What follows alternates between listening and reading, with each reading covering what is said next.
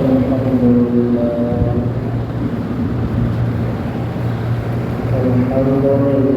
وحده والصلاة والسلام على من لا نبي بعده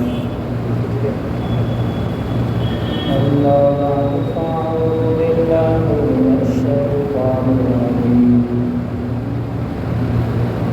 بسم الله الرحمن الرحيم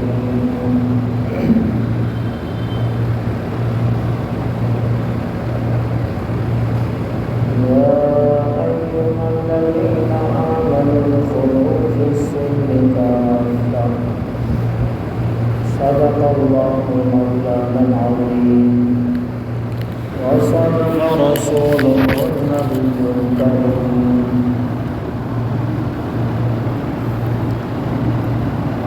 اللہ پاک کا کرم فضل اور احسان عظیم ہے کہ اس نے ہمیں ایمان کی دولت سے نوازا ہے۔ ایمان کیا ہے؟ اللہ اور اس کے رسول صلی اللہ علیہ وسلم کی باتوں کے ماننے کا نام ایمان ہے۔ ایمان اللہ اور اس کے رسول صلی اللہ علیہ وسلم سے محبت کرنے کا نام ایمان ہے۔ جس دل میں نبی سے محبت نہیں اس دل میں ایمان نہیں، اس لیے کہ اللہ کے حبیب صلی اللہ علیہ وسلم سے محبت کیے بغیر آدمی ایمان والا نہیں ہو سکتا۔ معلوم ہوا کہ ایمان کے لیے شرط ہے آقا سے محبت، اور یہ بھی ہے کہ اللہ کے رسول صلی اللہ علیہ وسلم سے جو دشمنی رکھتے ہیں ان سے دشمنی رکھنا۔ جو اللہ کے حبیب سے محبت کرتا ہے ہم اس سے محبت کریں گے، جو اللہ کے حبیب سے دشمنی کرتا ہے ہم اس سے دشمنی کریں گے۔ ہماری کوئی یاری اس سے نہیں ہونی چاہیے جو اللہ کے حبیب صلی اللہ علیہ وسلم کی جانب غلط نگاہ اٹھا کر کے بھی دیکھتا ہو، غلط زبان بھی جو ہے اس کی کھلتی ہو، وہ ہمارا نہیں ہو سکتا۔ صحابہ کرام کا جس وقت ان کا تو ایمان مضبوط ہی تھا، ہمارے تو ایمان کمزور ہیں، ساری گڑبڑ یہاں سے ہے۔ ان کے ایمان مضبوط تھے۔ اللہ کے حبیب صلی اللہ علیہ وسلم کے زمانے میں اگر کوئی آقا کو گالی دے دیتا، اگر اللہ کے حبیب صلی اللہ علیہ وسلم کو برا بھلا کہہ دیتا تو ایسا ہو نہیں سکتا کہ وہ بچ جائے۔ یا تو ایمان لا کر کے اپنے آپ کو صاف کر لے گا، یا پھر ایمان اگر نہیں لایا تو صحابہ کرام کی ذات وہ ذات ہے کہ کبھی ایسا ہوا نہیں کہ اسے چھوڑ دیا ہو۔ اسے جہنم رسید کرنا صحابہ کرام کا سب سے پہلا کام ہوا کرتا تھا۔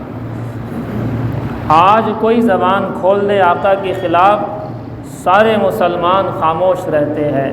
آج اللہ کے نبی صلی اللہ علیہ وسلم کے خلاف کوئی زبان کھولے تو کوئی اس کے خلاف احتجاج کرنے کو تیار نہیں، رپورٹ کرنے کو تیار نہیں۔ کہنے والا جو کہہ کر کے چلا جاتا ہے اسے پتہ ہے کہ آج کل مسلمانوں میں دم نہیں ہے۔ مسلمانوں دم کہاں سے آئے گا جب اللہ کے حبیب کی اطاعت نہیں کی جا رہی، جب اللہ کے حبیب صلی اللہ علیہ وسلم کی ایک ایک سنت کو چھوڑا جا رہا ہے، عمل نہیں کیا جا رہا، تو ایمان میں دم کہاں سے آئے گا؟ ہمارا طریقہ غیروں کا ہے، ایمان میں دم کہاں سے آئے گا؟ ہمارا بیٹھنے کا انداز، ہمارا چلنے کا انداز، ہمارا کھانے کا انداز، ہمارے پینے کا انداز، ہمارے رہنے کے انداز، یہ سارے کے سارے غیروں کے ہیں، تو بتاؤ ہمارے ایمان میں جان کہاں سے آئے گی؟ حضور صلی اللہ علیہ وسلم کے زمانے میں ایک شخص تھا، کعب بن اشرف۔ کعب بن اشرف یہ وہ بدبخت ہے یہ وہ یہودی ہے جس نے اللہ کے حبیب صلی اللہ علیہ وسلم کے خلاف اشعار کہے تھے، غلط اشعار کہے تھے، حضور کے شان میں گستاخی والے اشعار کہے تھے۔ اور آپ کو معلوم ہے کہ جب حضور صلی اللہ علیہ وسلم کے لیے کوئی غلط اشعار کہہ دیتا تھا تو صحابہ کرام اس کی طاق میں لگ جاتے تھے، کب اللہ کے نبی کا ذرا سا اشارہ آئے اور ہم اس کا کام تمام کریں۔ روایت میں لکھا ہے، بخاری شریف کی روایت ہے، اللہ کے نبی صلی اللہ علیہ وسلم نے کھڑے ہو کر کے فرمایا، من لکعب بن اشرف، کعب بن اشرف کے لیے کون ہے؟ کعب بن اشرف کے لیے کون جائے گا؟ صحابہ بتاؤ، مجھے خبر لگی کعب بن اشرف یہودی الٹا سیدھا کہہ رہا ہے، کون جائے گا؟ ایک صحابی کھڑے ہوئے محمد ابن مسلمہ رضی اللہ تعالی عنہ، کھڑے ہو کر کہنے لگے، یا رسول اللہ یہ خدمت مجھے دے دیجئے۔ اللہ کے حبیب نے فرمایا کہ جاؤ۔ یہ چند صحابہ کو لے کر کے اس کے پاس آئے، کعب بن اشرف کو رات میں اوپر سے نیچے بلوایا، اور بلانے کے بعد کہنے لگے کہ بھئی کعب بن اشرف، بات یہ ہے کہ ہم تو اس نبی سے بھر آئے، کبھی ہم سے کہتا نماز پڑھو، کبھی ہم سے کہتا زکوٰۃ دو، ویسی بہانے بازی کری، کبھی کچھ کہتا ہے کبھی کچھ کہتا، ہم تو تھک گئے، مال ہمارا ختم ہو گیا، ہم تیرے پاس سے تھوڑے سے گیہوں لینے کے لیے آئے ہیں، سارا مال ختم کر لیا اس نے ہمارا۔ کعب بن اشرف یہودی، اللہ کچھ ادھار دے دے، نے کہا ادھار تو دے دوں گا لیکن اس کے عوض میں مجھے کیا ملے گا؟ کہ جو تو چاہے۔ کہنے لگے اپنی عورتوں کو بھیج دو میرے گھر، انہیں جو ہے میں اپنے پاس رکھوں گا۔ کہنے لگے بھئی یہ نہیں ہو سکتا، کہ بچوں کو بھیجو میرے اپنے گھر، کہ یہ بھی نہیں ہو سکتا۔ پھر اس کے عوض میں دو گے کیا؟ گروی کیا رکھو گے؟ کیا پتہ تم لے کے بھاگ جاؤ۔ کعب بن اشرف کی بات پر حضرت محمد ابن مسلمہ فرماتے ہیں کہ ایک کام کر، ہم اپنے ہتھیار لے کر کے تیرے پاس آتے ہیں تو ہتھیاروں کو گروی رکھ لینا، ہمارے ہتھیار رکھ لے گروی، جب تیرا غلہ ہم واپس کر دیں گے، تیرے گیہوں واپس دے کر کے چلے جائیں گے تو ہم اپنے ہتھیار لے کر کے چلے جائیں گے۔ کعب بن اشرف نے کہا یہ ٹھیک ہے، جاؤ جتنا چاہے غلہ لے جانا، اپنے ہتھیار لے کر کے آؤ، اور دیکھو تم لوگوں سے میں نے کہا تھا نا کہ تمہارے نبی ویسے ہی ہیں، ویسے ہی ہیں، یہ تمہیں لوٹ لیا۔ اس طرح کی باتیں کی۔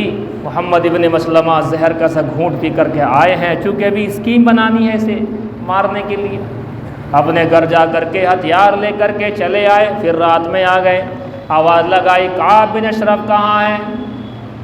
اب یہ ادھر سے اتر کے اپنے گھر سے نیچے اتر کے آ رہا ہے۔ اس کی بیوی نے کہا ٹھہر جا، وہ بھی یہودن تھی۔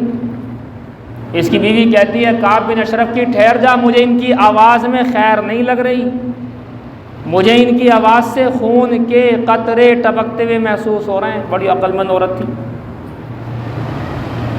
کہ نہیں کوئی بات نہیں، وہ تو ابھی تو میرے پاس آئے تھے، ہتھیار لینے کے لیے گئے تھے، گروی رکھنے کے لیے گیہوں مانگ رہے ہیں، نبی سے پریشان ہو گئے اپنے۔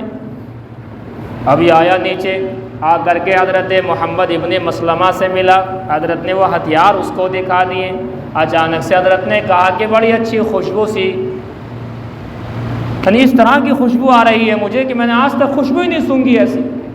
وہ بالوں میں تیل لگاتا تھا بڑا مہنگا، اب یہ بہانہ تھا، کہنے لگا اور میرے علاوہ کون لگا سکتا ہے اس خوشبو کو؟ اور ایسا آدمی ہوتا ہی ایسا، ایک دم چڑھائی میں آ جاتا ہے کہ میرے علاوہ کون لگا سکتا ہے اس خوشبو کو؟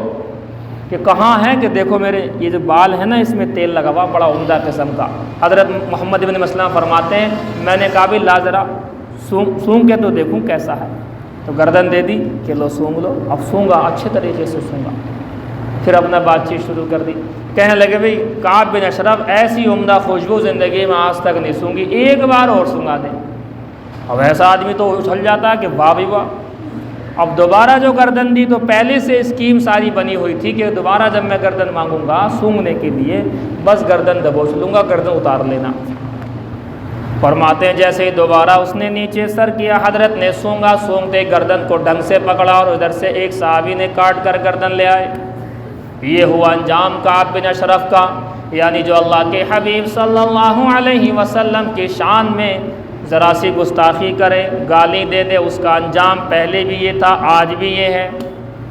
بس اس کا خیال کرنا ہے، موقع محل کا خیال کرنا ہے۔ اگر کوئی حضور کی شان میں گستاخی کرے تو اس کے خلاف احتجاج ہونا چاہیے، اس کے خلاف رپورٹس ہونی چاہیے، قانونی کارروائی ہونی چاہیے، اس کے خلاف عدالت سے لے کر کے اوپر سپریم کورٹ تک ہمیں سب چیز جو ہم کر سکتے ساری کی ساری چیز کرنی چاہیے، تب ہوگی بچت۔ ورنہ حضور کی شان میں گستاخی سن کر کے اگر ہم لوگ خاموش ہو جائیں گے تو سوچو ہمارے ایمان کا معیار کیا ہے۔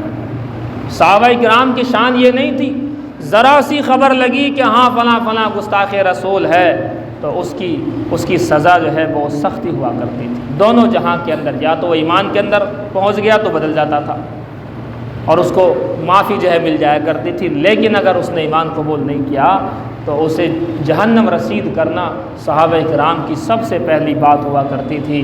آج ہمارے ایمانوں کی کمزوری کی وجہ سے سب کچھ ہو رہا ہے اور ہم دیکھ رہے ہیں اس چیز کو۔ اللہ ہماری حفاظت فرمائے۔